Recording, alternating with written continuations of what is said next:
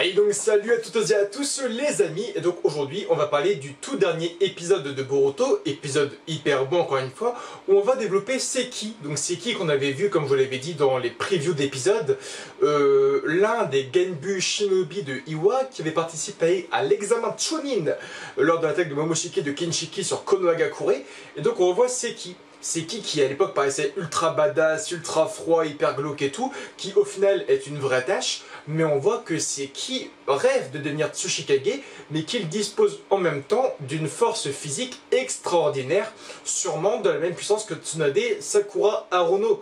Parce que oui, il a très peu d'élan, il touche un truc et le truc tombe en miettes. Donc j'ai hâte de voir Seki en plein potentiel. Et d'une manière ou d'une autre, j'ai l'impression que via les petites missions de Boruto dans les villages cachés voisins, on développe aussi d'une manière ou d'une autre la nouvelle génération de Kage. Parce qu'on était à Kiri, on a vu le blond là avec les yeux violets qui sera le prochain Mizukage. Là, on a un mec qui veut être donc Tsuchikage, donc le prochain donc de Iwa. On a Sarada de Konohagakure, sûrement Shinki pour le côté Kazekage. Il nous reste plus que le prochain Raikage et c'est bon. Il nous reste le prochain Raikage, mais on a l'impression que la future génération de Kage apparaît de plus en plus aussi. Et puis il y a Konohamaru. Konohamaru qui apparaît, qui one-shot les Akuta, il voit que leur faiblesse c'est les masques, ils balancent les kunai, ils se les prennent, ils tombent en miettes et tout, c'était magnifique. Konohamaru en plus en mode embout avec le masque et tout, il est juste carrément ultra classe. Il apparaît, il fait du taijutsu, il nique les Akuta un par un. Il a une puissance de psychopathe et putain Konohamaru m'a fait rêver sur ce chapitre. Le truc assez impressionnant aussi, c'est que Konohamaru va un peu distraire tout le côté de Iwa, surtout au niveau du bureau du Tsuchikage, parce que Konohamaru va mettre KO le bras droit de Kurotsuchi. Donc je ne sais plus le nom, je sais plus du tout le nom du bras droit de Kurotsuchi, mais c'est comme si Konohamaru one-shotait et mettait KO Shikamaru, tu vois, ce qui est le bras droit du Hokage. En gros, chaque Kage a un bras droit, un subordonné. Et là aujourd'hui on a Konohamaru qui a one shot le bras droit de Kurotsuchi, donc le bras droit du Tsuchikage. Donc pour tous ceux qui me disaient Konohamaru il est nul à chier, laisse tomber, bah aujourd'hui il t'a quand même one shot donc le bras droit de la Tsuchikage, donc qui était quand même l'un des shinobi les plus balèzes de ce village normalement, d'après la logique. Parce que, d'après ce que les gars disent, on fait « Ouais, on a entendu un seul bruit et il s'est écroulé au sol. » Donc c'est-à-dire que Konohamaru est rentré, il lui a mis un coup, il s'est rebarré, quoi. Donc Konohamaru, putain, je te kiffe. Il y a des moments très cool aussi, comme le flashback avec le deuxième Tsuchikage, donc qui est hyper cool, qu'on avait très peu développé aussi à l'époque, parce que je crois qu'on l'avait vu avec un flashback avec Hashirama. Et puis le deuxième Tsuchikage était aussi présent pour retéléporter tous les bijou sur Terre, donc de la dimension de Kaguya sur Terre. Et donc c'était l'un des Kage qui était au sol avant de disparaître avec le Rekudo Sennin pendant la 4ème grande guerre ninja.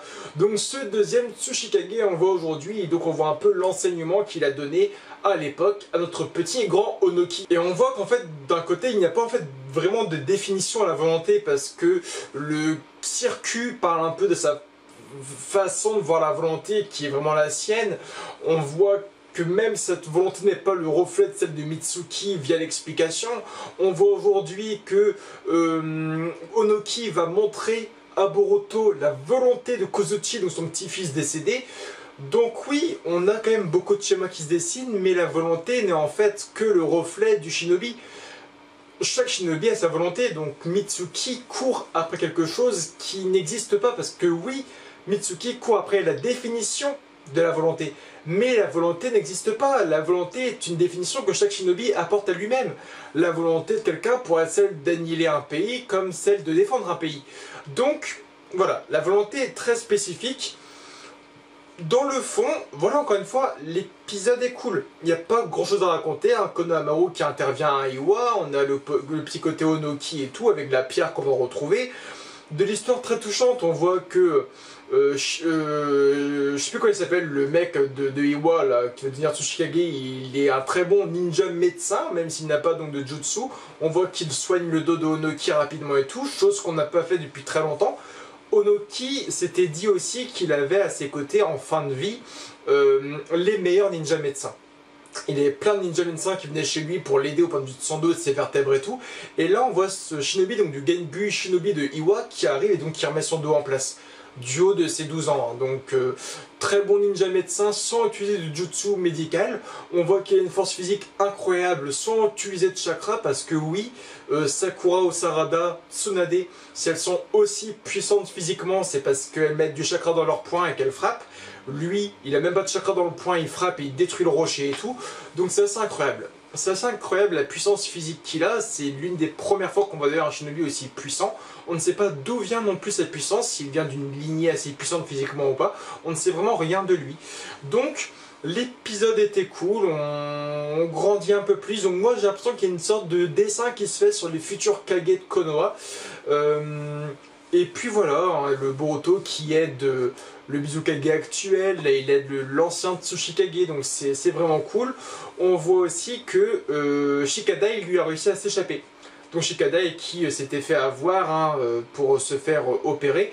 Donc on apprend qu'en gros pour sauver les anciens Zakuta, et donc les Zakuta 2.0 comme Seikei, Kokuyo, etc., il faut en gros des cœurs humains. Là c'est cool, on dit qu'ils vont un peu passer à l'attaque, ils vont détruire un peu ce que voulait Onoki et vraiment s'attaquer à la population, ce qui est hyper dangereux.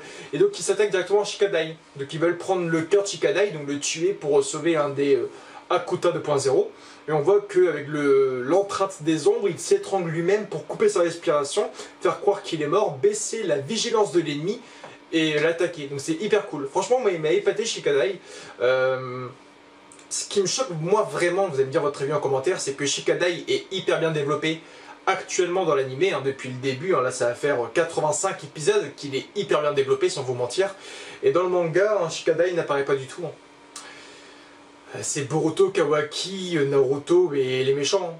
Mais c'est vrai que le côté Denki, Iwabe, Shikadai, Shosho, etc., on les voit pas trop dans Boruto manga papier, donc c'est un peu décevant.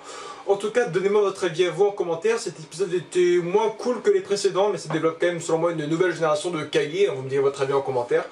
Sur ce, je vous aime fort et bye tout le monde.